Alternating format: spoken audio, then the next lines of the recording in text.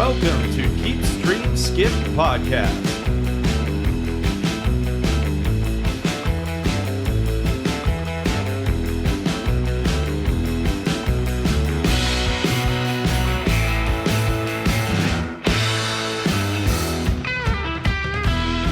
Welcome to another episode of Keep Stream Skip.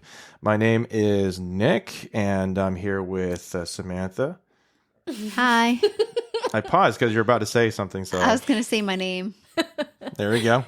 And Juliana, who is going to be basically doing all the picks. Yep.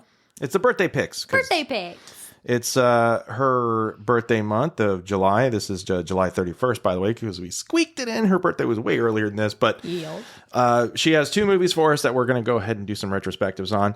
And the first one up is, why don't you go ahead and introduce it? It is the Dungeons and Dragons Honor Among Thieves movie. Very exciting stuff. Yeah. So what's the summary? What's with spoilers, of course, after this, if you haven't seen or heard our other episodes, just know that we do spoilers so that way we can give you a little bit more of an in-depth review of everything. So without further ado, what's the summary? Alrighty. The Dungeons and Dragons movie is a homage, obviously, to the RPG game set in the Forgotten Realms. And we have our main character played by Chris Pine, whose name I always forget. I think it's Ed something. I never catch it. The character's name? Yeah. They never even talk to, like, they barely say his name. I'm pretty sure it's Ed. Edgin. Oh, okay. Edgin? So Ed. Edgin. Ed. Edgin. Our buddy Chris Pine. Yeah. It's not like X-Files where they say Fox and Mulder all the time, even though they know each other perfectly. They could be alone in the woods and look at each other and go, Scully, I need to talk. It's like, why are you saying each other's names? You know who you're talking to. You're the only other person in the woods. Yeah. Anyways. Yeah, sorry. anywho. It's the opposite of that. We get Ed, played by Chris Pine, and his wife dies early on, leaving him with his their daughter. And basically... Yeah, pretty dick move, actually. Yeah. Just really dying and leaving a kid there. Mood. Yeah. Hey. She's a Tom Brady of wives. Even though it was his fault. Yeah. We get introduced pretty early on as well to Michelle Rodriguez's character, a barbarian who joins their lives, and they get tricked into doing a heist that goes wrong.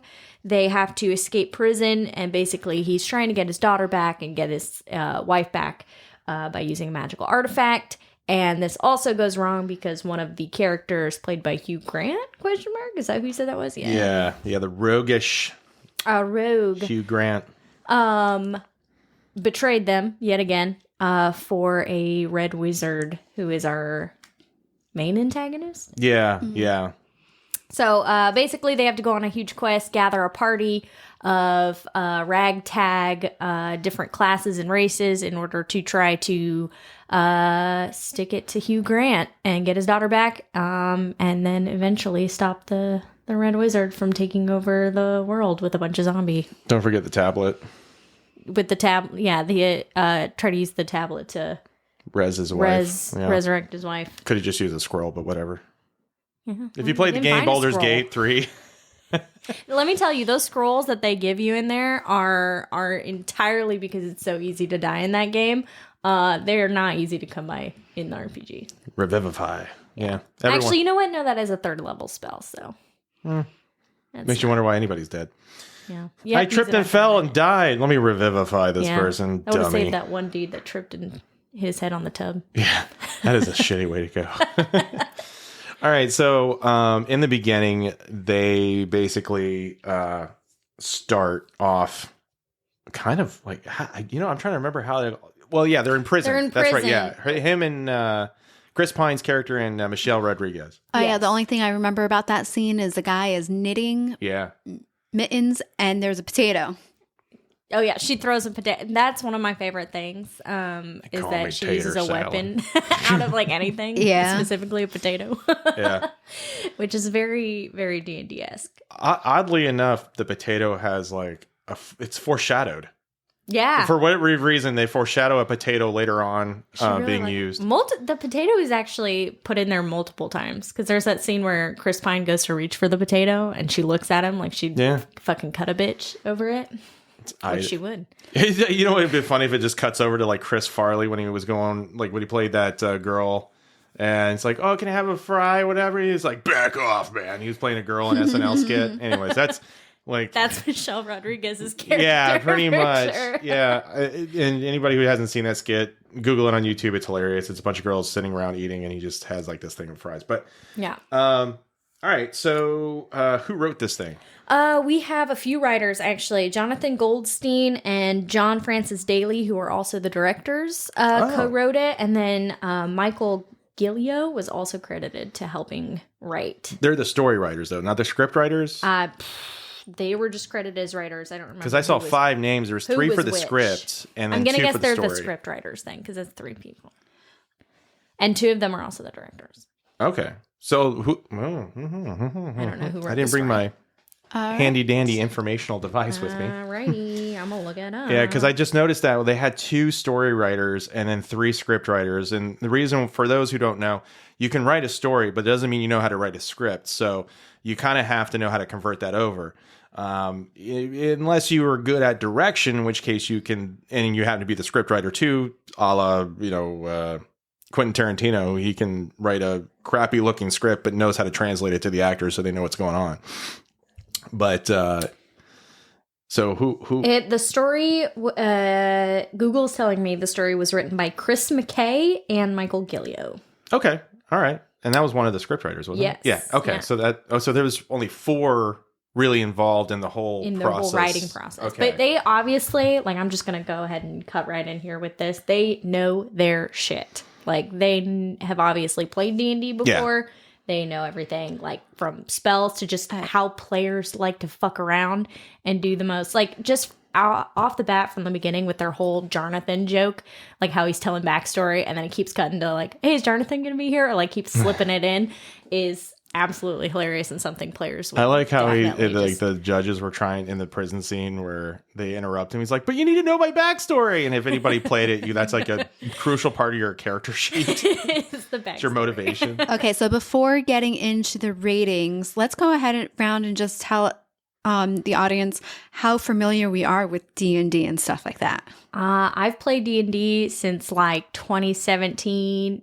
Earlier, actually, like 2016, since I was in high school. So, very familiar. Lifelong DM here. Obvio. I don't know what that word was. Evidently. Obvio. Yeah, that's like a... Obvio. They might have created something new. It's going to start trending. Yes. Skibbity Ohio Riz. Okay, so... God, I'm Simon, aren't I? Well, it's funny because like Samantha's like, and it kind of leads up like we have this ginormous amount of experience at this table, and I'm just gonna be like, I made a dice tower, and I played a handful of times. I am very amateurish to this. Like, yeah. I really don't know what's going on. Yeah. So as you listen to us, just keep that in mind. Well, I take that back because as far as traditional tabletop RPG, D&D, that's where I have the least amount of experience. But as far as video games, I have a good chunk of experience between Neverwinter Nights back in the day, all the way up to Baldur's Gate. So, woo. Yeah, I don't have none of that experience. Yeah. Like I was gonna play heavily into something. Yes. love chaotic good. That is my favorite. Chaotic alignment good is the alignment to go with. Yeah. So, just to also slip this in here, this movie was made in 2023, and it is a fantasy action film. And you can find it on Prime. Now, for the movie genre nerds, is this high fantasy? For sure. Okay, because I knew there was like levels of fantasy, which is like you could say never ending story. It's fantasy, But then you have high fantasy, and then I think there's another genre of fantasy that they call it, like it's the fantasy. It matters because it really tells you a lot of like how deep you're getting into it, and the fact that if you have zero background and Dungeons and Dragons, I kind of worry about recommending this film without having said background because they don't give you exposition. It's like you better know this shit. It's Even You're very confused. Pretty much the whole movie. Like, even if you don't know, like, because it's set in an actual Dungeons and Dragons Wizard of the Coast world of the Forgotten Realms and Neverwinter and all of that stuff. Even if you don't know that, like, I didn't really know much about it going in because I make homebrew a lot of my stuff. If you don't play D&D or know any of the D&D games, like how it works and all of that, I can see why. Oh, I was nerding out. I loved it. Yeah, I just started playing, but I just, again, very basic, low-level knowledge of D&D. I remember watching this with my parents who have zero D&D knowledge, and they were like, what the fuck did we just watch? I was like, yeah. I don't know why this popped in my head, but sorry. No, go ahead. I was going to say, as far as the screenplay then, what do you give it, being an avid DVD I didn't know you were going to go there. player? What is that, my comment first? Because it was completely tied into that. I didn't know we were just going into screenplay. Well, hold on. Let me say my comment before screenplay real quick, because I was like, imagine 50 Shades of Grey, but D&D style, and you have all this weird background stuff of both things. So it's like Dungeons and Dragons and sadomasochism all into one. Just the whole, just all the verbiage and vocabulary and everything else, and just confuse the hell out of everybody. Yeah. We should make something like that. Like a confusion bomb movie with no exposition, just dropped right in. That's the only thing it just made me think, like, how can I confuse the audience as badly as possible, but still kind of be like, well, I guess I'll watch it. But anyway, sorry, let's go to screenplay. All right. As an avid D&D person, 10 out of 10. The story was cohesive and well done. And everything followed D&D lore, like, precisely. Even if there are certain things I know, like, a bunch of people were kind of actually pissed off about, like the owlbear. When the trailers first came out, they were like, druids cannot turn into owlbears, which is technically true in 5e, but they took elements of 3.5, which came before 5e, to ingrain in specifically the tiefling, which allows her to turn into an owlbear. For our non-D&D people, that means versions, and there's very many versions. Some people haven't moved on from certain versions, like they had legacy races that are no longer available. Which now I'm very, very confused. I was just spoken. Okay. So they showed the eagle people. I forget what they're exactly called, but Eric Cocker? What? That's what they're called. Say that again. No, I don't want to. Jonathan? Feather folk. Our avian friends. Yeah. So they kind of look like eagles, but they look like eagle humanized versions of sorts.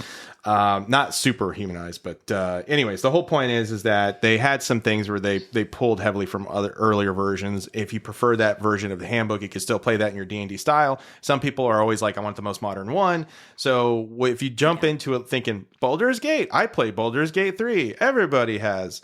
And you're a video gamer, and then you go ahead and you go into this, you're going to recognize a whole lot. And then there's going to be things where you're like, why is the tiefling pale? Like I did. 3.5. Because I didn't realize tieflings used to be pale. I was like, wait a minute. I've only seen them red. Even in the old games. They were always, well, I guess, I don't know. Shoot, I have to check out the old now games you have to go back, don't you? Maybe I'm filling in the gaps in my head because of other things. But yeah, screenplay, I gave it an 8 because it wasn't as accessible. And matter of fact, I should have gave it lower because the accessibility was so bad. But if you're a fan, it's a 10 out of 10. That's fair. That's the thing. It's like, it's one of those things where this is a love letter. Either you love it or you hate it, probably because you're confused, or maybe you like fantasy and you didn't care to know about all the exposition. It really is an acquired taste, which is an oddity for a film. And I love films like that because, trying to cater to everyone means you're going to cater to no one. Right. And so with this screenplay, it was good. It had some predictable elements in the story as we went along. And we can go into that as we go through the entire story. But overall, I think it was really pleasing. I gave it an 8 out of 10. Okay, I'm not going to comment on my score. Because I didn't give it one because I had no clue what was going on. So that'd be a 1 out of 10. Not applicable. Well, if you didn't know what was going on, I would say that goes to what I was saying, which Right. is where So- Which is fair. Which yeah. is fair. you can fault it at 5 out of 10. Okay, I'll put it a 5. Because this is good because you have the person who's super into it, Right. Super into it. and then you have the not person into who's it. God, I can't say I was naming things, And left you're right, kinda so I like- kinda- Yeah, you You're kinda like knew middle of about the road it. person. But I mean, there are some things that you didn't. Say. right. I was Yeah. going on your expertise, so So I'd you're say kind of like the middle of the I road, guess. and Middle me. of the road. Yeah. I'm like your Very generic beginning. nerd Very version. beginning. You got the super nerd of this, and then you got the generic nerd of this, and then you got the no nerd of it. Because you know how you kind of have like the nerd that kind of knows a little bit of everything. The But jack then of all you trades. Yeah. The bard, if you will. well, like I was thinking, like there's things that I'm super nerdy about, but I don't know. It's hard to. It's hard. I know there are things, but anyways. You know, Well- I could actually. I don't know if I would put this on screenplay or direction. I could dock it down one because I wasn't a big fan, and I think you even made a comment of it, of how little the bard did during. Like, bards are innately magical beings and have magic, and he didn't use magic once. He used his guitar to hit her in the head. Right, he just used the lute to fucking smack Yeah. a bitch, and then also, there like was he no was very songs. inspirational, and that's Yeah. like a great portion of And a bard. isn't like but Bard there's- supposed to be like singing, He sang a songy? song. Yeah, he had did, a whole song. two- A song? I called 2 times he used bardic inspiration. One to get Michelle Rodriguez's character out of a rut, and this is where I kind of want to back up. That's her name. Holga. Holga. Holga. Okay, Yeah, so Olga, but I the remember. H. So the one thing, yeah, the nickname, hey ho ho. I'm like, ooh, Oh, my you're gonna get your ass kicked by Michelle Rodriguez. Not Bradley Cooper. I made a comment. I was like, oh, this is a weird sequel to Silver Linings Playbook, but okay. Rocket, what are you doing here? So if starting out at the beginning, they got the prison, really explain the screenplay. They're in prison. They do a expositional backstory as why they're in prison. They're pardoned, but they escape anyways, which is kind of a funny joke. They I guess in the game, if you're playing D&D, you have to make a choice just in case it's going to go south. Well, they made a choice, and the choice ends up being comical because they actually were pardoned to go out and be like, all right, yeah, you don't deserve to be in prison. But they hatch the escape plan as they're being pardoned, and they're like, what are you doing? They're like, Risking their lives. dude, you were pardoned. Yeah. And they eventually find their old fellows, the sorcerer. Well, Simon, yeah. Well, they find Simon after they go back to Hugh Yeah. Grant's character, the rogue, who is Right. what's his name? I'm so bad with character I'm names. horrible with character names, but I think that's really funny because that's just how D&D I feel is. Also, it's just names are. How many times did we mess up the one? Forge was Hugh Grant. Oh my gosh, Oh, the yeah, makes sense. NPC in y'all's party. Oh my god, I don't Dolken! remember his name. Dolken. We called him everything but that. And Yeah, it just I'm ended up surprised being you remembered. well, yeah, it was just Dolken. Rest in peace. yeah, we got him killed. We all guys got killed. Everyone killed. But I'm holding yeah. out for Chris Pine to resurrect me. It's not gonna happen. So so they get out and so they get everybody together, and the whole point is that they realize Forge, played by Hugh Grant, which I was surprised to see Hugh. I don't see Hugh Grant being like, yeah, I want to do this. So I kind of want to know, did he do it because he really wanted to, or he just thought, that's nice? Because he's a particular man when it comes to these scripts, and he kind of came off as a little prickly about like certain things, which I was like, okay, well, yeah. But anyways, Hugh Grant's character, being roguish as he is going for the money. He's concocted a way to make all this money, which is fitting for a rogue. And in of that, he's basically taken the daughter of Chris Pine's character, Edgin, I guess. Edgin. I'm going to call him Ed. Ed, and so things ensue, and they try to get him executed. They fight their way out, find the sorcerer, and eventually the sorcerer says, we need to get another person. So they find the druid, who is played by the actress who was also in It, the redhead. She does a good job being a little tiefling. If you can imagine what a tiefling is, just think of little devil, but not like devil. It's hard to explain when they're pale. They don't have does she have a tail? She didn't have a tail. She had a tail. Remember when they were heisting the painting, she used it to wrap herself around so she could pull him up. I thought she did a half change to do that. She always had a tail.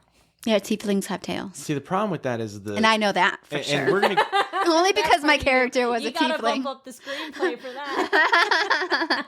and this goes to a common problem nowadays with movies with what studios do is like, we're only willing to pay so much for special effects because the special effects were really good or it was kind of like, you're getting a little sci-fi channel-y with certain clips, and you could tell that was budgetary. But otherwise, yeah. So they get the sorcerer, they get everybody, and they were like, okay, we have plans, so we're gonna have to figure out where this helmet is, and then they start funny enough, they're I love this part. They go to like these different folks and start unburying them to try to find the answer where the helmet. Yeah, and because he can speak in the dead, and again, all these spells, just like Juliana were saying, were tied into D&D, and then they eventually find out where the helmet is, and they keep on doing all these different plans, and they go awry, and it's a lot of heartfelt stuff, but eventually they get around to figuring out using two plans that come into one plan, which is, it's easier to just say, watch the movie. Yeah. Well, because like what? If you can even figure it out. Yeah. What did he keep saying? Plan A, it's got has stink on it. Yeah, it has stink on it now. And Plan B has stink on it. We're going to go to see. Honestly, this whole which film is A. was very, like, it was rated was PG-13. But let me tell you, to me, this was a PG film. I didn't feel it was PG-13. I felt like I could watch, if my kid was 6 years old and wanted to watch it, I'd be like, yeah, go for it. It really didn't have much hardcore cursing. It was basically like Ghostbusters. Yeah. As a matter of fact, I thought Ghostbusters was more adult because there's a blowjob scene from a ghost. And yet I was considered a kid's film back in the day. And this, I'm like, no, this is a kid's film, man. This is how like you can get them into Dungeons and Dragons if you want. But yeah, eventually, good Or see prevails. if they are interested in, show them this movie. If they like it, then you're good to go. If they're confused, like me, then maybe back I don't off. think they really My need children will be avid D&D players. I will force them. Like, you know how some parents force their kids into sports? Uh-huh. Yeah. I'm going to force my D&D. children to play D&D with me. You'll always have people to play with. Exactly. All right. So as far as direction, like director, It was fine, I'd say. I mean, I said a 10 because again, they knew what they were doing. They stuck true to source material, and they. Mm-hmm. I mean, as far as I know, I gave it an 8 out of 10 because, and again, this is just limited knowledge, very limited. They did what they were supposed to do, I guess. Yeah. I gave it a 7 out of 10 because there was no range. It was pretty much the same tonality. The only range we had was at the end, where they had to use the tablet, and a little bit with the coming to terms with moving on from her past husband. I would kind of argue that there was a lot of range with the use of that dragonfly throughout, and the telling of the story of his wife. Like, because every time that dragonfly came through, it was kind of like a moment of reevaluating why he's doing what he's doing. Mm-hmm. And then, the symbolizing, you got to let it go. So I let that to the script, though, and that's why I bumped it up from like a lower, that's why I gave it an 8 out of 10, even though it's not really accessible, because the story had so many interweaving things that made it flow. It told a hero's path without falling into the same cliche as some other ones. Like, oh, here's a few conflicts, here's your climax, close credits, hero wins, bye bye. It was more like you didn't quite know how it was going to go. That's why I like the plan A, plan B, plan C, plan D. The direction wasn't, I mean, the only reason why I say it's, and I gave it a 7 out of 10, it was respectable. It just wasn't anything beyond. Like, it wasn't like I was like, to me, like 10 out of 10. You're like, you're there's something like that really grabbed me. That's super fair. Perks of a Wallflower, for example. I was like, God, everybody had to be on this thing, acting and directing and screenplay, and oh my God. So I mean, it was good. I'm not saying it's bad by any stretch. It's just you're not going to find anything new here. Fair. So I will be interested in what you say about the acting for the different parts of wonderful. the characters. Yeah. Was there anything that like really stood out? Reggae Jean Page, mainly known for Bridgerton. I had to stick that in there. I thought I was from Bridgerton. I was like, because as soon as I saw him, I was like, this Bridgerton bitch. Like, that's what he looks like. And the really bad part is I haven't even watched it yet. No, but you just know him. Gosh, anywho, I'm a paladin. Oh, I'm here to help God. you. His Are you going ability. to be a good person? He's a Good. lawful good paladin. Because that's the thing. Everyone who plays a paladin is lawful good. And they're always the most annoying fucking players because they're like, you need to stick to the morals that I hold myself to if we're going to play together as a party. That is every single paladin player I've ever played with in my entire life. And Chris Pine's feelings towards Reggae Jean Page's character is exactly how I feel about paladins. For that exact reason. Like, shut up. Get off your high horse, you stupid little bitch. I must follow my order. There's nothing but the order. But they are badass, is the sad part. Is that they're really fucking cool. But, damn you. I've seen a lot of paladins drop in different stories, though. That's what's kind of interesting, especially Diablo. Like, they freaking get dropped all the time. Like, really? Yeah, you can play, like, the first one you played as a paladin, he gets dropped. Because this back then, they really didn't have a lot of different cinematics. Well, like, they did have the different ending cinematics for the OG Diablo people. But, like, paladins, a lot of people like to use them, but I noticed that for whatever reason, they just get killed a lot. Like, for whatever thing I'm serving, dead. So what did you get for acting? 8 out of 10. I when they broke out of the same tone, which I still appreciated the tone the entire time, the light comical, fun, adventure-y thing, but when it went to a different tone to match whatever was going on, whether it be coming to terms with certain things or using the tablet at the end to save Michelle Rodriguez's Holga character. Spoiler, obviously, which we already warned you about. No. Yeah, and because I was like, I ignored the warning. I was like thinking the whole time, like, okay, he's got the tablet. How are they going to make it to where he doesn't resurrect his wife? Because I know they're not. Oh. The Fray? Silence your phones during the movie. Thank you. Sorry.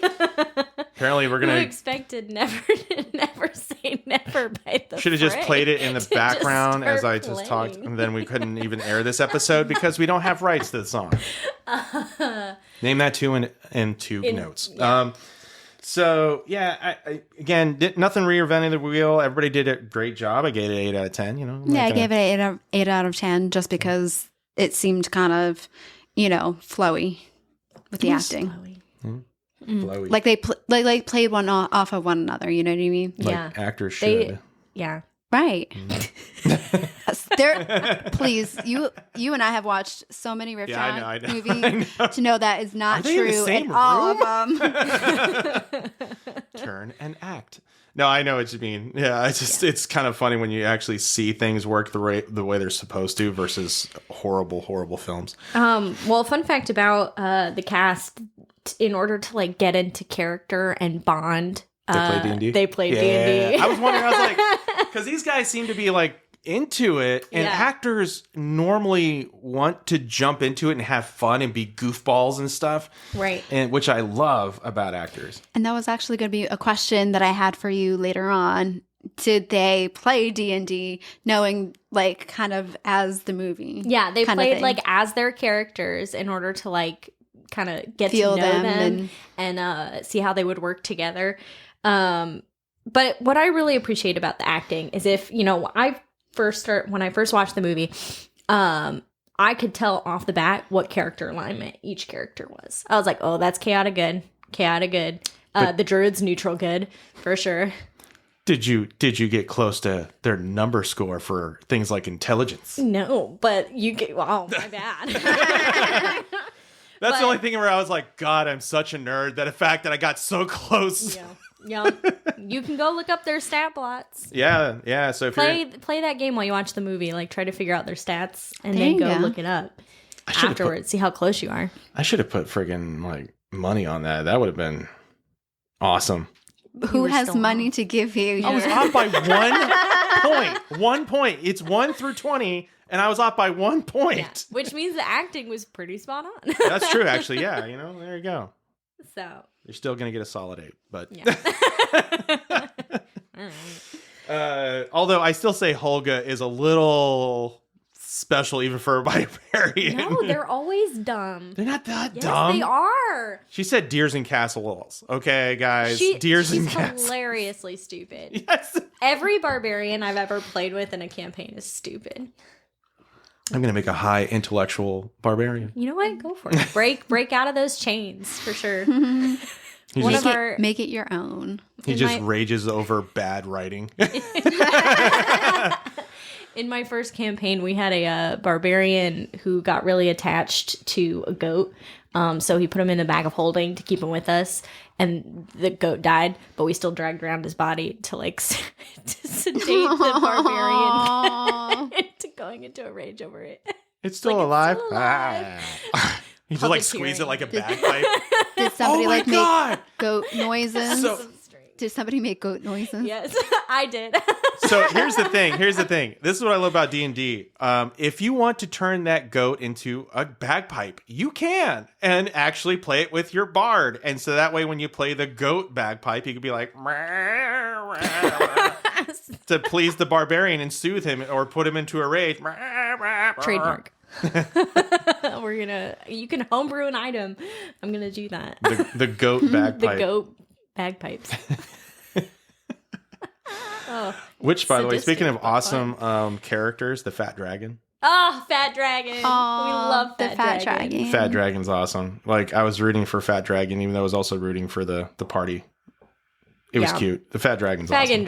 Fat Dragon is just totally something. In my brain, like my favorite thing about D&D is the DM creates like something really badass, and then the players just riff it into something horrendous, like a fat dragon. you enter into the cavern, and there's this like big old fucking dragon. They're like, yeah, big fat, huh? Like, damn it, yeah. So, as far as cinematography, what do you guys think? I said 10 out of 10. I'm over here. Listen, I mean- I picked this movie. Again, silence your fucking phone. It's an alarm. I'm sorry. I thought I turned it For off. what? I had to go to bed. Oh my God.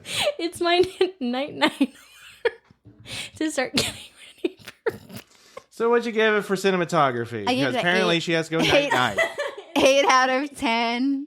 I gave it an 8 out of 10 too. Nothing too special, but everything was done pretty well. And there was a couple of good creative shots, but otherwise pretty much standard stuff. I liked the lighting in it. And I think that's my biggest thing with cinematography, was like a lot of the shots were really, really well lit. Well, it's like 90% CG, so I'd hope so. Not 90%. They filmed in Hogwarts. Fun fact. Fun fact, they filmed in Hogwarts. So what about the editing of it then? How did You're never going to guess what I said. 10 out of 10. Makes no sense. It's okay. It's her pick, and she My opinion. is entitled to her own opinion, You were right? very It's my wowed by opinion. this. I will say this for Dungeons and Dragons that could have been a cast grab. They actually gave passion behind it, so Yeah. I'm really hoping they do a sequel. Actually, Hugh Grant was there was like one of the trivia that I found was that Hugh Grant himself was very specific. He's like, the fucking nerds will come at us if we do not get this right. No way! Yeah. Good for you. Yeah. All right, Mr. Grant. All right, that's good to know. He So. cares. He cares about not getting hit with an egg by somebody while he's going. I'm just going to get some food here, and you ruined my childhood. I'm just an actor. What did you give it? 7 out of 10. Again, nothing special. Everything was done right. The pacing was good. It wasn't like, my God, I didn't know they can edit that way. Like, for example, 10 out of 10 editing for me would be Maxine, something I would never thought they were going to do. And they somehow pulled it off. And that's a whole other story. Go see Maxine if you haven't. So special effects, that was chock full of special effects. What do you guys think? Oh, yeah. That one I actually said an 8. Special note, I want to say costume design, 10 out of 10. I know we don't have that as a thing, but my God. Yeah. My God, it was so good. I really like that tiefling's costume. I know, I would wear that. Like, on I'd wear that tomorrow. Yeah. The paladin's outfit. I just want to be the fat dragon. Just roll around on people. Ah! And then, like, the fact that it couldn't make fire without, like, fire. It just released a noxious gas. And that's why I lived near lava. It's so funny. Yeah. And it slid to eat people. It didn't even try to run. Yeah. It was just like, nah, man. It didn't need to. It just said, wee. Slid on other people's bones. I jump. All right. So special effects, I get an 8 out of 10. 8 out of 10 as well. You could tell there's budget constraints, but for the most part, there was great CG at certain points. And then there was other times where I was like, ooh, like the tail. I was like, I thought she was changing halfway. I didn't realize it was her tail because the CG was so I don't know how you didn't see it the entire time. I didn't see her tail at all. Her tail was there the entire time. I look at her face. Thank you very much. Her eyes are up here. Ow, I kind of think you would notice if somebody had a tail. Bet. Walk around the house with wearing a tail and see how long it takes them to figure it out. Well, all of our kinksters are... Kinksters? I don't know. I like kinkers. All of a sudden just went, what? A tail. But I do have to credit, like, not only I really like that they used, some of the CG was really, really good. I really appreciate their use of animatronic, like, whatever, like, the Aarakocra. He was... what? Jonathan. Was actually an animatronic that the guy put on. He was, like, actually 8 feet tall in the costume. And controlled it from the inside. They said he had to have crazy balance, though, in order to keep standing straight with that thing on his head. Mm-hmm. But yeah, I thought some of it was so he was like, there was a person inside the eagle suit? Mm-hmm. You barely saw the eagle. They put all that money in the one... Jonathan! Dude, that's insane to me. But tell me you're not going to remember him. I don't. I didn't know until you brought it up. I was love Jonathan. He was like, what? Stand for life. 1 minute? In the film? He was in the beginning. Yeah, I saw he was in the end. Like, I just feel like that was a waste. It was a wasted. I feel like... No. That should have been used somewhere else. Oh my gosh. I agree. I love Jonathan. All right, you're dropping down one. You got a 7 out of 10 now for special effects. For wasting. No. So I'm guessing your overall is what? I said a 9. Did you average? I don't know. Maybe. 9, 10, 10, 10, 10, 10, 10, 10, 8, 10, 9, 10. Whoa, where are all these 10, 10s coming from? I'm looking at them. They got 10. 9, 10, 10, 10, 10, Look, 9, 10, 10, 10. 9 out of 10, 10 and 10. So I see. 1, 2, 3, 4. And you only have 1, 9, and 1, 8, and you gave it a 9 out of 10. Wait, out of how many total points? 60. There's one. Ooh. We added special effects, by the way. It's be a 9.3. 9.3. All right. Yeah. All right. What the heck? So, for those who watch, or I keep on saying watch, listen to the other episodes, we added editing and cinematography because we kept on bringing it up. And now we have it at a 60. I'm sure it might change as we go along. But, good Lord, I actually did stab myself with a pencil. Oh my God. Just totally by accident. Good thing there's not real lead in there. Yeah. I actually have a tattoo by an accidental stabbing. From childhood? Yeah. Yeah. Dad accidentally stabbed me with a pencil. All right, Nick, what did you give it overall? So now we're going to go into therapy now. Trauma dump. Overall. I gave it 8 out of 10. It was good. And I said keep it. Keep it for sure. I gave it a 7 out of 10. And I said skip it if you are not a very avid... You don't know anything about it. Because you still wouldn't know anything about it. But if somebody forces you to watch it. This is the first time we actually had quite the difference in someone where it was like, keep, skip. Wow. Sorry. Wow. No, you don't just apologize. Yeah, that's your opinion. This is my opinion. opinion. That's my opinion. You know? I should not have to apologize. You're right. Everybody can be That's wrong. my opinion. Yeah. What? It's wrong, but She no. doesn't. She hates What? Michelle Rodriguez. That's what it is. No. I just can't stand like the halflings. The I love No, it's weird. Like I didn't have a problem with halflings in the game or anything else until I saw them how they were portrayed in this, and it just looks so was weird. Was he a halfling or was he a gnome? Because I don't remember seeing any Gnomes gnomes. have the, Do they? yeah, they don't have hair either. Gnomes don't have hair. Well, no, they do. They do. Some of them do. Anyways, we're going to go ahead and watch the second movie. And when we come back, we'll go ahead and review that as well. So please stay with us. And we're back. All right, Juliana, let's talk about The Mortal Instruments City of Bones, made in 2007. Yes, my guilty pleasure pick. I love this movie, mainly because I love the book series, read it as a kid. So, yep, it's about a teenage girl, Clary, who finds out that she is a shadow hunter. Well, that's our show. That was great. So go ahead and tune into the... Nick loved it. He said this is one of his favorite movies. Of all time, really. So, she finds out she's a shadow hunter, which are types of beings that kill demons. And how she finds out is her mother gets kidnapped, basically, by her father. Mother's the best part. I think Simon's the best part, but well, I guess. Well, no, the mother's the best part because she imbues what all the audience wants to do, and that's drink the elixir. Anyway, she gets kidnapped, and Clary has to go on a self-discovery adventure. Self-discovery. To find out. You know what? You go ahead and give me the recap of this. No, actually, Don't do that. that power. Jesus Christ. She falls into a mystical, fantastical world of demon killers and werewolves and vampires and Nephilim. Has to try to save her mom and find a magical cup, keep it from her dad. Yep. Family drama. Magical cup, Right. which is, I kept on thinking they were trying to be like, Cup of Christ. It's Cup of Christ. So, like, the Nephilim, if you don't know, those are like the half human, half angel, it depends on what definition you want. Some of them go half human, half angel. Some of them go angel and demon, which made human, which makes Nephilim, and all this other stuff. It depends what kind of verbiage you want to go through, but it's supposed to be like angel, demon, spawn. In this one, it's angel human. Yeah, see, that's what I thought. Yeah, angel, human. It's supposed to be angel, demon spawn makes the Nephilim, which is the Diablo thing. I've only heard it that one. This is the first time I ever heard it as a human. I've only ever heard of this. Really? Well, that's right. You didn't play Diablo, did you? No. I played Diablo. But I didn't pay attention. oh, okay. Well, you played which one did you play? Was it 3? 3? Yeah, that explains the Nephilim thing. So yeah, Yeah, I didn't pay attention. So obviously that was like the playing the game. yeah, they explained why all these heroes were able to take on demons, and it was because they're in. Yeah, okay. Well, anyways, this has some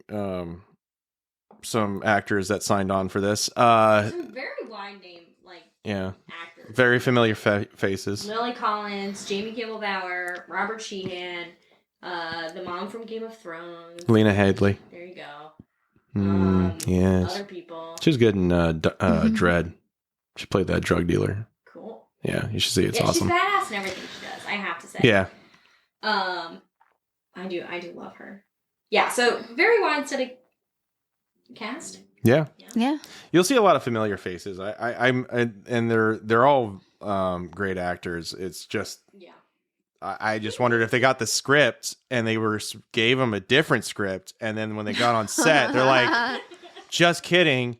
Here's what we're gonna do." Or they saw all the young adult novel to movie adaptations. They're like, "Fuck yeah, money!" And then they're like, "Oh well, we tried." So let's talk about the writers. Who did this? Who did this? Just one person? Yeah, Jessica Postigo. Okay, she's banned. Director. Harold freaking Sword. Yeah, well, that's the thing too. Like, well, you read the book, so the writer had to adapt this. We don't know what the original script was because the director made some major changes, which we'll go into with Huge freaking changes. Yeah. I don't know why they did not just I don't know why book adaptations to movies do this all the time. The ones that fail are always the ones that stray from the source material. True. Yeah. Yeah. Oh, where can you find this film? You're going to have to buy it? Or rent it. If you want to strain it. Mm-hmm. But you want to keep it. I know you do, Nick. You loved it so much. Only as an example of like what not to do. There were some good things. So screenplay. the author of the series, though, right? So my question is, did the writer of the script even like read them, or even like, hey, we're gonna do this about, based on your books. Do you want to be in on this? I don't actually know how much say Cassandra Clare had in the script writing or the movie itself, because I feel like if she were involved in it, it would not. Like, I know she was somewhat involved because I remember merch and stuff like that going out, and she was promoting a lot of it, but I guess you kind of have to at a certain point. Mm-hmm. I don't know. But it just strayed so far. Like, screenplay, I gave it a 5. I think there were like some things that they did keep from the book, and some certain specific lines that they kept from the book, which I appreciated in the screenplay. Most of it was hot garbage. Yeah, because just every time when I saw one part, I was like, oh, they did something, and it's bad again. And it's bad. Yeah. Even like weird tone shifts. So we have the beginning was pretty straightforward. Something's going on. It's actually really fast. It's almost like the equivalent of a launch coaster. You don't really get a lot of exposition or build up. You just kind of see there's some uneasiness between her mom and the daughter, and then you have drawing that this symbol. Yeah, she's drawing like a symbol, and then symbol, Luke, her, I guess, boyfriend or whatever, the mother's boyfriend, is like, they exchange like the worried glances between each other. They're just friends, but they look like they're already together in the beginning. Like, without that exposition, it's like, oh, they're together. Maybe, no, yes, no, yes, no. But then she does a flashback, and then she's like, oh, it's my friend Luke or whatever, but it seems more they're than very that. intimate. Like, why are you hiding that? You're obviously not married, so what it doesn't make any goddamn sense. But then maybe because he's a werewolf, and That is, yeah. Well, okay, in the books, she was married to Valentine, right? And Luke was Valentine's best friend. So they were also like really close, and Luke's always loved Jocelyn, but she kind of had like a Clary Simon thing going, like, oh, he's my friend, okay. Married Valentine, and then, after years and years. So another thing that wasn't explained that launches this whole story, she goes out and she's like, I'm going to go ahead and have fun. And then she sees a symbol in the sign. And then like she meets blonde guy. Jace, thank you. So she sees Jace and everything else. And like he whispers to the bouncer, yeah, come on in. Because, the symbol or whatever. She goes into this club that is half goth, half S&M club. And yeah. Nobody can see them apparently, and all this shit goes down, and there's like this death scene, whatever, and she's all like, oh my god, and nobody can figure out why she's screaming, and they never really explain why they can't see. And again, I know the books are different and all that stuff, but in the movie, that's what we got to deal with. They do. When?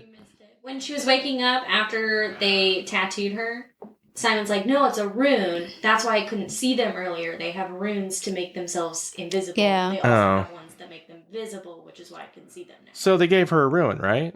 They gave her a rune. Yeah. Yeah, but people still saw her. No. The runes do specific things. Oh, okay. That's why they look different. Right. Well, all right. So, anyways. But I guess it was so like, it was very like, you had to be paying attention at that exact second to hear that. So don't worry. Yeah, there's a lot of car crashing going on, so it's easy to miss. Because a lot of the movie I felt like was like that. Like if you missed one little exposition kind of, which I have to say, they didn't. A movie adaptation of this book specifically is really hard to do because there's so much shit going on in the book that it's like they have to do that one-line exposition. However, they did, add a bunch of random shit and take a lot of time throughout the movie to focus on the weirdest fucking shit instead of just, I don't know, giving more time to exposition that they could have done. Yeah. Well, I mean, like at one point, Jace was like to her, "You shouldn't trust anyone." And then, like, she turns around and she's like, Especially who wrote this film. Should I even trust you? And like, I was like, well, at least that was a smart girl line, because half the time when that's said in a movie, you know what I mean? Right. They Like, still trust the person. But then she goes again. There's no such thing as foreshadowing. That's the really bad part is like you think, oh, there's some foreshadowing here. And it's like, no, there's no foreshadowing. Don't. This is not a smart film. Continues to then trust everyone. Right. Even people that like the witch does. downstairs, that, oh, I've known her forever. Oh my God, that scene's so stupid. Okay, so we kind of jump forward because like you get, okay, first of all, we got to back up. We got to talk about your complaint. We got to talk about your rant on the music.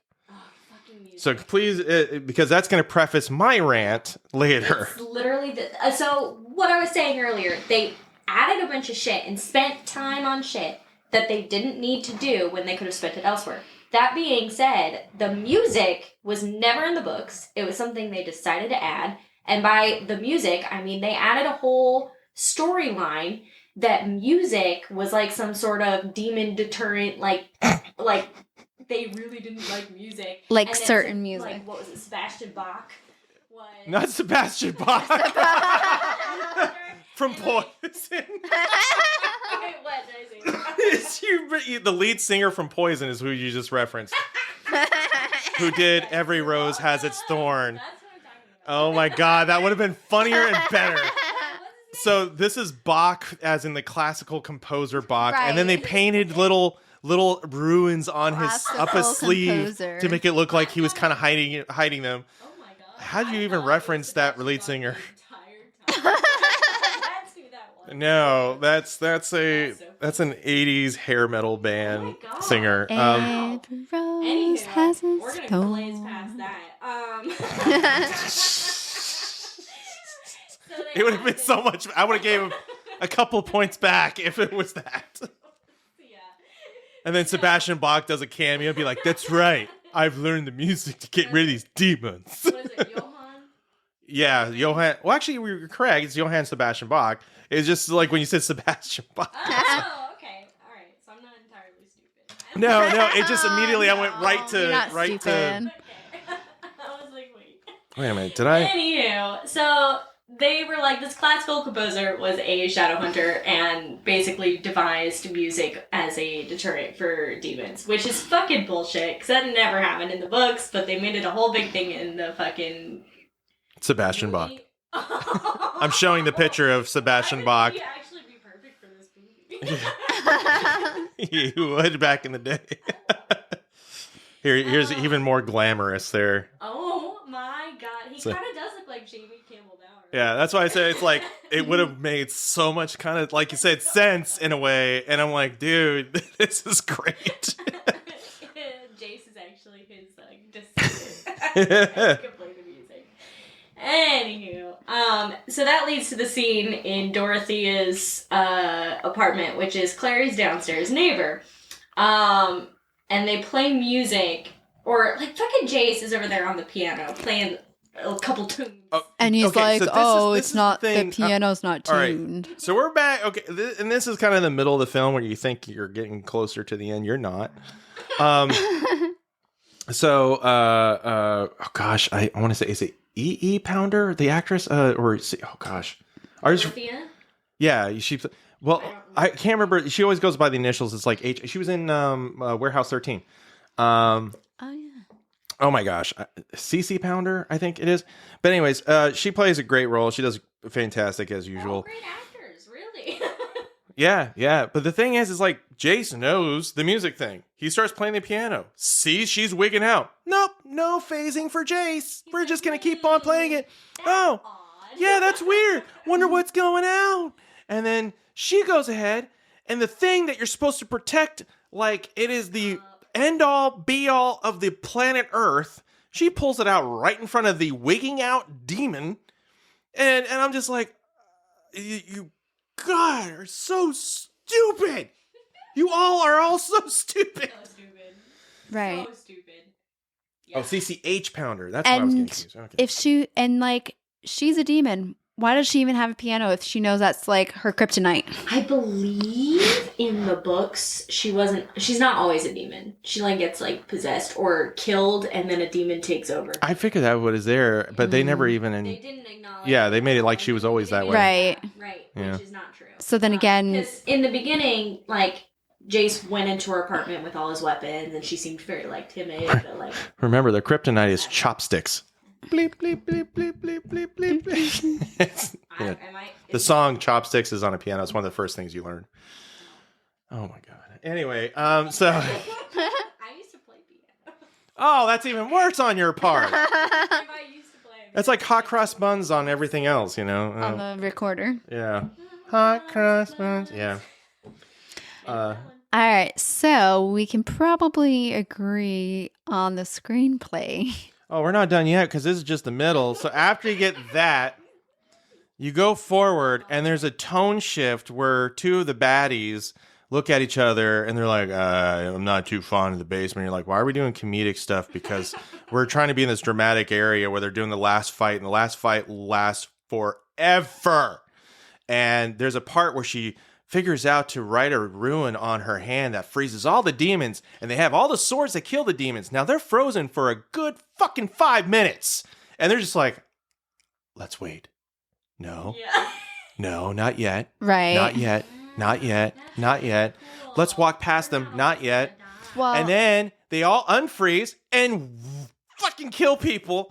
And then finally the one werewolf's like, okay. By the way, they have werewolves, and the werewolves don't even shift. They bring a bunch of guys, basically. They all die. And then if we reverse back to one of the fights where they had the vampires and everything, she just aimlessly throws a knife at a werewolf that actually just helped her. And it's not even addressed later at all. And I'm like, wait a minute. He did address it later. He did? Because it was Luke. It was? Oh, I was looking for it everywhere. What do they do? Whisper this shit? No, he tossed the knife back at her at the table. Was like, good shot, by the way. Oh my God. It's so freaking like... well, and then like her mom was like, oh, how did you know that rune was going to do that? And she's like, I don't know. You mean Izzy? Yeah. Well, I guess Izzy. I'm sorry. Did I miss something else? Her mom would go. I'm sorry. They're all they both have like brown hair. Okay, here's my beef with some of the casting of this, and this I don't know I don't know where this would fall, probably under acting, but fucking Isabel is supposed to be very flashy, super girly girl, whatever, but also yeah, it totally really wasn't her. badass. Like she's supposed to dress and act very like like Oh, I see what you mean. Yeah. whatever. And she does not act that way at all. She's like very forgettable performance. So right. I guess that would fall under acting, but still, I'm like, Oh, it's scripted that way. And yeah. it's direction too. I mean, like, because they did not write Izzy or Alec, honestly, in the way that they should have. Yeah. Or directed them in the right way. Right. Yeah. Oh, and don't forget that the guy who cannot leave because of a curse ends up just being agoraphobic. Yeah. That's it. He could have left the entire time. Because when the guy who is like put a bunch of demon blood in him, who's our main antagonist, comes out and he's all like, I'm your father. And you're like, oh, he pulled that Star Wars shit over here. And this is a comment I made about the musical stings, because there was like musical for everything. Like everything was dramatic music until like there was supposed to be this big twist ending that was already they basically televised it before you to say, hey, this is coming, and then you get to it and it's just like crickets. And of course that like you just said, it was like one of the most dramatic things in the freaking movie, even though everybody knew, and it was kind of just glossed over. Yeah, it's like this is some weird thing, and I feel like that also has to just like slide right into direction there. Like I gave direction saying 5 out of 10. It was just not good. Yeah. I gave What'd it you a give screenplay? I gave it 5 out of 10. 5. I gave 4 for screenplay. I gave 4 for direction. Yeah.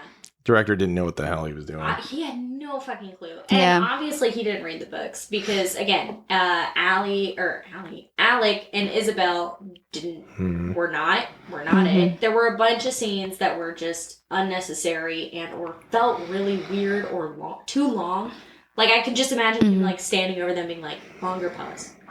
Longer pause. And it's like, no. Stop. I need it to be more like Twilight. Yeah, I was going to say, we need to... Which, by the way... Well, they did plan it to be a franchise. The like damn... Hunger Games or Twilight.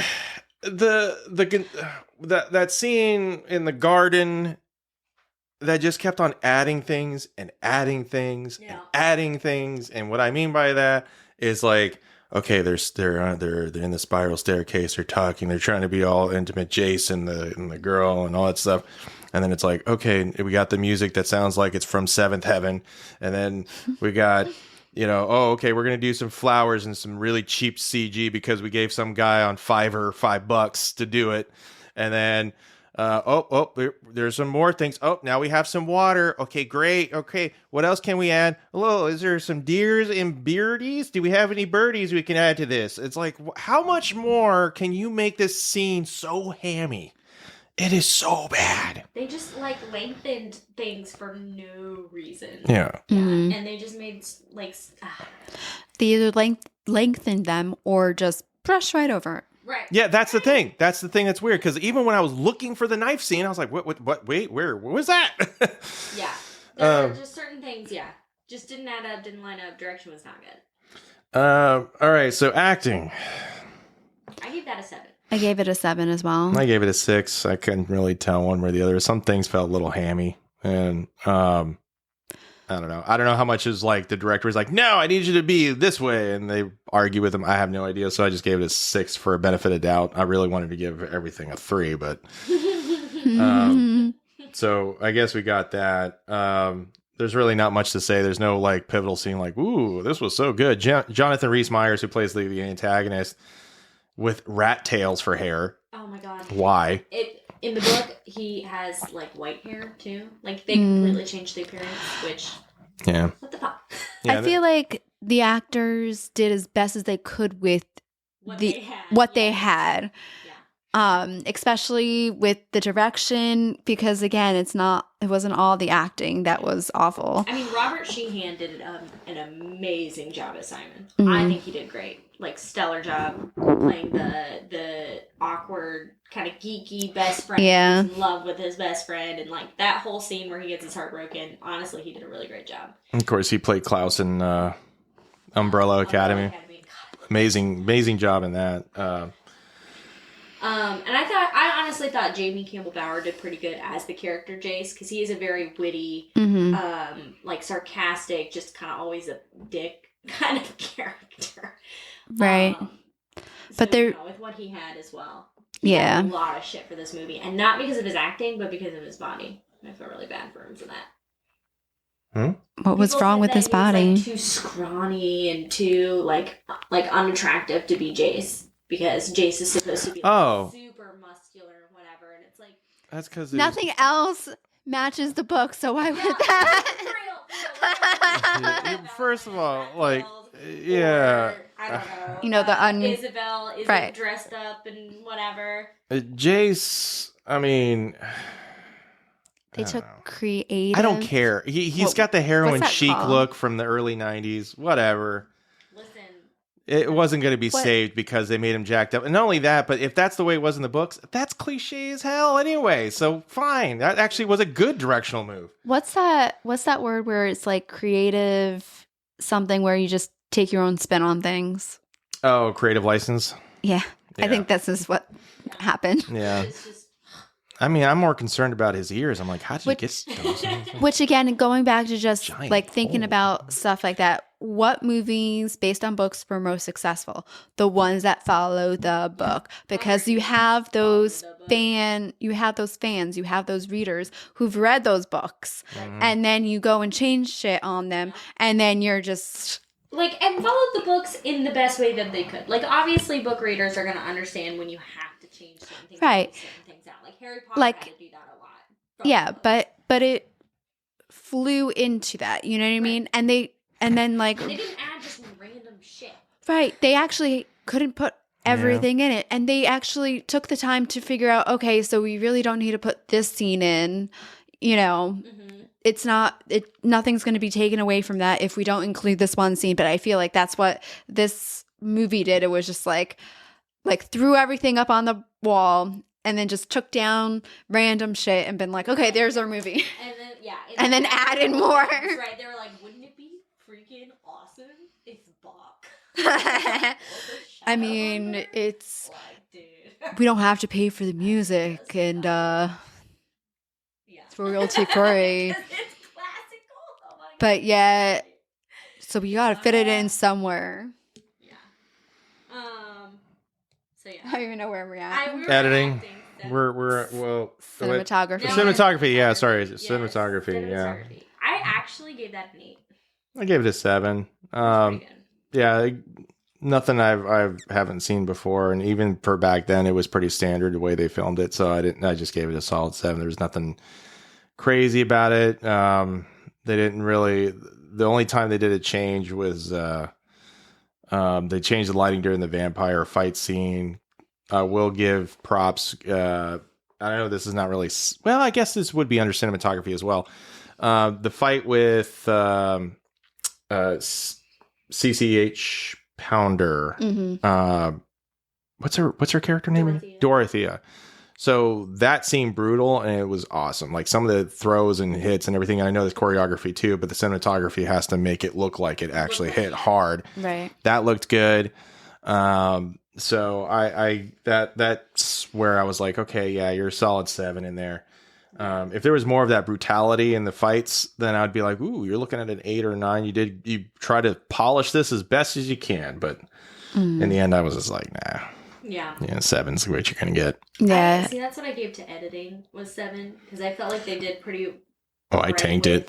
Oh, yeah. Well, I thought they did pretty all right with like taking the shots and putting them together. There were a few things that obviously just didn't line up well, or those there could have been more of or less than. Right. But I feel like that's also on somebody for continuity shit to be like, hey, and I just don't think they did. Right. See, that's why I gave it a 5 because it just didn't have that continuity. Well, the editing I gave, what I had here is the editing. The problem I had with it is the fact that the scenes were either way too short, way too long, and they never were right. It just felt like it was always off. And I think that was my problem, especially when you got to the longest ending since Lord of the Rings and the third one where we were saying goodbye for so damn long. I think people were peeing themselves because they thought, oh, it's about to end. I won't go to use the restroom yet. Oh, no, we're saying bye to Frodo. Okay, great. We're saying goodbye to the grass. Yeah, and the rock. Like, that's how it kind of felt because it's like, okay, the fight scene's over. We're going to go to the next thing. No, we got to fight the crows. Okay, fight the crows. Okay, now we're going to go back to Daddy and Jace fighting. And it's like, oh, for God's sake, just somebody die. I don't care. Yeah, there wasn't really anybody I was rooting for of either staying alive. Yeah, you could care less about who lived or died. You know. Literally, which is so unfortunate because the battle scene at the end of the first book is fucking awesome. Like, I remember reading it and going, wow, that's way cool. Oh, the best part is like the fact that when whatchamacallit got vampire bites, she sees the vampire bites and goes, not going to mention that to anybody. Right. He seems fine. Yeah, he doesn't need his glasses anymore. That he's needed his entire yeah. life. Like, Yeah. Not and like he didn't even question. He's like, "Oh, I don't need them anymore." Ha. And it's like, and that was the end of it. And I'm like, yeah, foreshadow is something that's never delivered. Yeah, and again, they thought they were gonna. I'm willing to bet you they thought they were gonna have a second movie, which is when that would have been. But they didn't really. If they thought they were gonna have a second movie, then why did they try to fit in as much as they could in this one? That's what's crazy about it. Yeah, that's the thing that really flipped me out there. Yeah, because like I think I mentioned earlier, Clary's powers, like the only thing that gets revealed in the first book is that she can like put things in pictures, I believe. Mm-hmm. Maybe not even that. I can't remember. No, I'm pretty sure that happened. But her other like abilities and like be able to figure out runes and shit doesn't happen until the second book.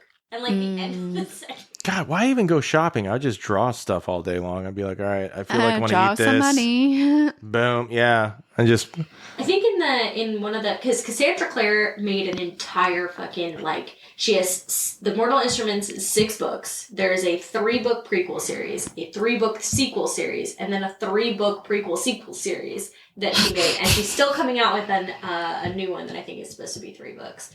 That makes me want to take a bath with a toaster. But in the sequel series, Larry makes a bunch of runes, and one of them is like a birth control rune. Like What? It just makes like a bunch of shit.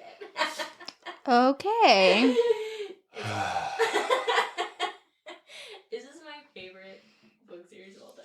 That's actually false. I've read better ones. You know that scene in Airplane where the guy is talking and they're like every time he's talking to somebody they're like committing suicide next to him? Yeah. That's that movie. Hey. That movie is talking and I'm the passenger next to him going, I can't take it anymore, just pouring the gasoline on myself.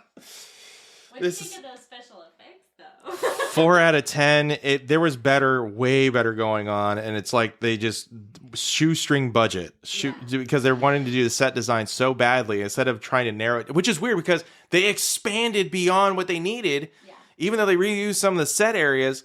And it's not like for some reason, they went way overboard on certain scenes, and other scenes were They didn't use enough.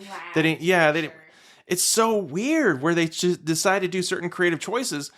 And they ended up expending their budget on these things because at the time these actors were not huge. It's not like they were super expensive. This is when they were starting to get in notice. So this was, this is shoestring. Not to say they didn't have experience, but like this was starting to get like the bit of a shoestring budget, if I can actually say words. And it just did not make any sense. And what was really bad was the CG crows and the CG flowers and the conservatory. It was just literal goosebumps. It was so bad.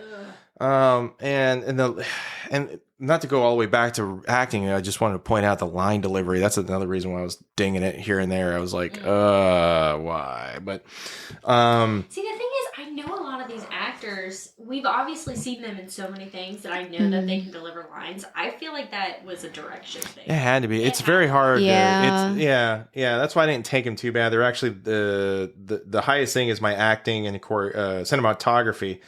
But I mean, overall, I said 5. Yeah, 5 out of 10. I said 5 for special effects. Oh, I said 4. I said 5 for special effects, but 6 like some of it was 6 overall. For the time of 2013 when this was made. And then wait, I thought it was 2007. 2013. The movie was made in 2013. It's based.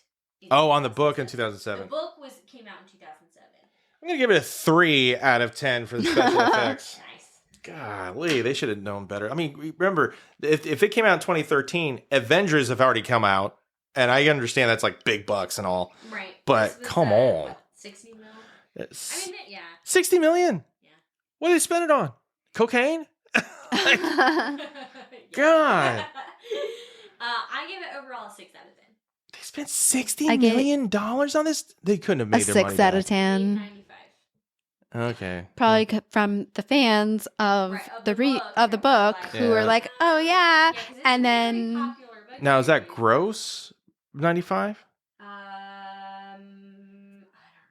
Yes. Yeah, because my thing is that the chances. I mean, that's danger close because once you add in, you could be having a $60 million budget for your movie, but is that inclusive of like your advertisement, bringing all that stuff out? Because that eats away really bad. Right. So this could be almost a break even, but if it is a 60 to 95, I could see why they're kind of like, I don't know if I want to risk it. Gross. Yeah, I could see why they were like, I don't know if I want to risk it. They were gonna do it actually. Really? If I remember correctly, they were gonna make a second one, and then the director backed out. That's what made them not make the second one. I would have been like, fantastic, let's keep going. Golly. Yeah, I mean, not the barely scraping by in the box office, the shit reviews from critics, and the book people who had actually read the book. None of that. Critically destroyed, which is weird because on the Amazon Prime, it showed the IMDb where it was like, 5, which is what I gave it overall. But then you see like it's almost 5 out of 5 stars. I'm like, who blew this thing up? That's completely yeah, like it completely was against itself. I mean, obviously I said skip because why? Just read the book if you really want to. Oh my gosh, please read the book. Yeah, I said skip because obviously reading the book would give you so much better, what's it called? So much better experience than watching the movie. Your mind movies will play it. So I Simple would say Jack. Stream it. Because I think it's like why I rewatch Twilight all the time to riff on it, you know? Well, it needs riffs, yeah, for sure. If you're gonna do it for as a group friend thing as riffing, and if riff tracks are listening to this podcast for whatever reason, you should do it because it fits. Yeah, it would be amazing. It's a very riffable movie. It is. And yeah. There was plenty of Baby times. Robert Sheehan. Yeah. I just know there's I kind of felt bad because I was riffing on it the entire time to the point where I was just like, they would say something so stupid. I'd just be like, oh, fuck off. Which Really? wasn't hard to do in this movie. Yeah. Yeah. I'm just like, it just sounded bad. It's bad. It's a bad time. It's great. Stream it. They should have it for a great time. Yes. Yeah. Well, they pizzaed when they should have French fried. So then they had a bad time. Really, just go read. Go read the book. Yeah. And have it in your mind movies. Simple Jack. Tropic Thunder. Oh, yeah, okay. You know. Who is that? That's Simple Jack when I don't know who Simple Jack is. that's the character that Ben Stiller played in the thing. Like he, you know how he's a movie star and he has all these different. Well, Simple Jack was the one that was there, and he's like, he just described his dreams as mind movies. I've never seen that movie, and the only one I would ever be able to recognize is Black Robert Downey Jr. So. Yeah, he's going to be Doctor Doom now. Yeah. That's going to be weird. I don't know how they're going to write that in. Yeah. Originally, There's apparently in the comics there's a variant of Tony Stark that is him, so they might do it like that. yeah, I guess it was a short-lived kind of thing, and they're trying to replace the Kang thing. And so instead of replacing the actor, which is what I would have done, they're just like, just trash it and hopefully nobody notices. And it's like, no, everybody noticed. Yeah, especially in the Marvel comic universe. Right. Yeah. The thing is, I would have absolutely agreed with that had I not watched, what was it, Ant-Man 2, and the end credit scene are all the variants of Kang, right? Because I was like, oh, just make him a variant. You've already established that variants exist and they can be different with Loki. Every single Kang variant was that actor. Every single one in the crowd. Yeah. I was like, well. Get Mr. Paradox to fix it. Anyhow. Go see Deadpool and Wolverine. It's great. So, all right. If you haven't, then, well, that's a bad idea. You should go see it. All right. Well, thanks for checking out these two movies with us. Definitely check out the Dungeons and Dragons. If you are a Dungeons and Dragons fan. If not, go learn how to play Dungeons and Dragons. Or play the game. Yeah. Play a video game. You'll learn a lot. You'll get it. And then go watch the movie. Yeah. All right, guys. I think I'll watch it. Until next time, our next episode will be another birthday pick episode where Samantha's birthday is just right around the corner. Birthday. She'll be picking out 2 movies, and then we'll go on to end the summer picks later on, and maybe do another AI pick session, and then it'll finally be my birthday pick session. Birthday. So that'll be fun. And otherwise, You're gonna have payback for me, aren't you? No. I actually try to curate as close as I can, and but you'll see. I'm still going back and forth on one of the films, but right now I got 2 I've got picked. But other than that, just don't forget to tell people to like, subscribe, share us. We're brand spanking new, so it's not hard to catch up. We only got this is episode 4, so yeah. Yeah. All right. You guys have a good night if you're listening to us at night or whenever. Take care. All right, bye.